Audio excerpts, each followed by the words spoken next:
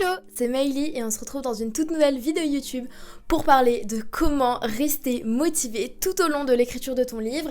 C'est vrai que beaucoup de personnes ont un manque de motivation, elles ont un manque d'engagement envers ce projet et c'est pas pour rien que ça t'arrive parce que ça arrive déjà à tous les auteurs, c'est normal. Et donc je suis là pour t'aider à justement être motivé et plutôt discipliné, mais ça on va en parler ensemble tout de suite après le générique.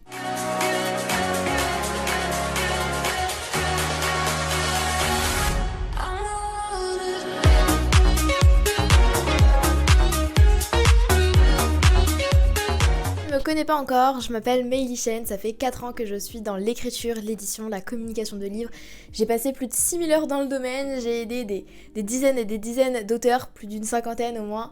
Et justement, je parle sur ma chaîne d'écriture, d'édition, de com, de livres, surtout sur des livres de non-fiction, mais ça marche dans tous les genres à peu près, je dirais, parce que en fait la méthode reste souvent la même. J'ai écrit d'ailleurs un dernier livre sur tous mes conseils, toutes mes astuces d'experte dans le domaine, qui s'appelle Le pouvoir d'un livre et qui est sorti l'année dernière en 2023. Donc si tu as besoin d'en savoir plus sur toutes mes méthodes, tu as ma chaîne YouTube, mais tu as aussi ce livre. Et donc aujourd'hui, j'accompagne des personnes de manière individuelle dans la réalisation de leurs projets. Et aujourd'hui, on est là pour parler de la motivation. Donc on a plusieurs points à aborder ensemble.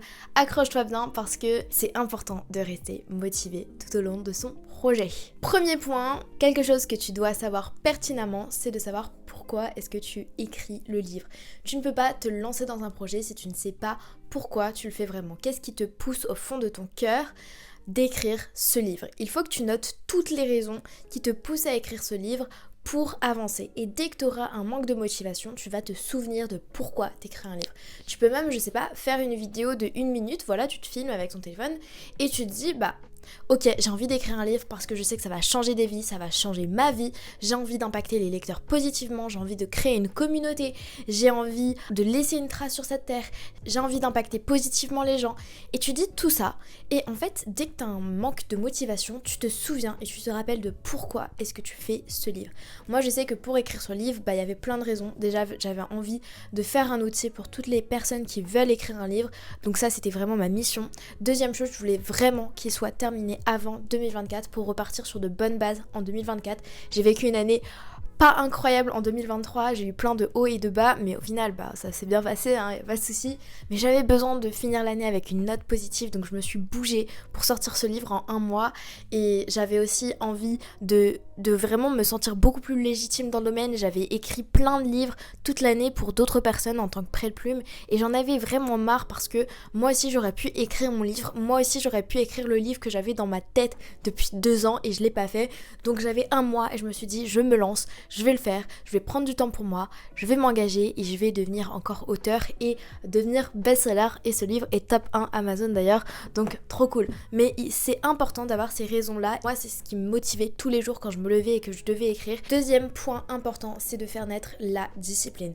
La motivation, ça va, ça vient, elle peut vite partir.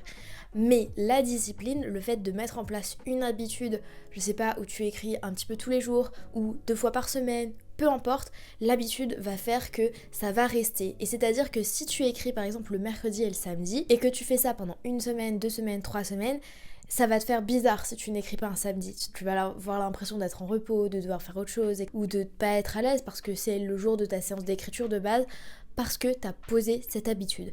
Donc c'est important de mettre ton habitude en place parce que l'habitude va faire que justement tu peux avancer sereinement dans ton projet parce que tu sais que tu vas faire ta séance et toute la semaine t'es pas là à te prendre la tête, quand est-ce que je vais écrire, je trouverai un temps ce week-end pour écrire. Non, tu sais pertinemment quand est-ce que tu vas écrire. Tu t'y tiens et ensuite tu peux allouer du temps à d'autres tâches, tu te mets pas la pression pour ton livre, mais tu sais que pendant tes séances d'écriture, tu écris. Et donc à ce niveau-là, tu peux aussi mettre en place un planning, comme je te l'ai dit, pour avoir une fréquence et écrire chaque semaine, parce que sinon tu vas perdre le fil et il y a un moment, tu vas arrêter d'écrire tout simplement.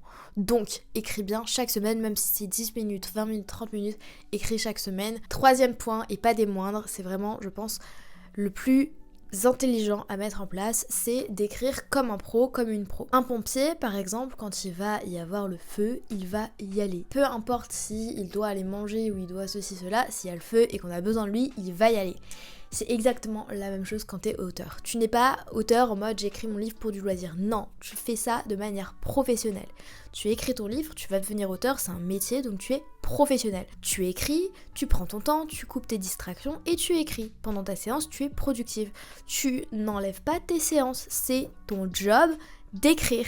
Tu vois, mets-toi des deadlines, rends-toi des comptes, rends des comptes à quelqu'un, je ne sais pas, mais peu importe. Quand tu dois écrire, tu le fais, c'est tout, c'est ton job, point. Moi, je sais que quand j'écris des livres pour des auteurs en tant que prêt de plume, je sais que j'avance à un rythme assez soutenu parce que je sais que j'ai des comptes à leur rendre et il faut qu'ils avancent, il faut qu'on avance, donc je vais aller beaucoup plus vite. Mais même quand je le fais pour moi, parce que j'écris aussi vite. J'espère que cette vidéo t'aura aidé. Pense bien justement à savoir pourquoi tu as écrit réellement ton livre, à avoir ton planning et à t'y tenir et à écrire comme un professionnel sans négocier tes séances d'écriture. J'espère vraiment que ça t'a aidé. Si tu veux en savoir plus, t'as 1 heure de cours gratuit dans ma description. Tu as aussi le lien de mon livre si tu veux. Et si tu patauges un petit peu depuis plusieurs mois, plusieurs semaines même ou quelques jours et que tu veux vraiment être accompagné individuellement dans ton projet d'écriture, tu as mon agenda.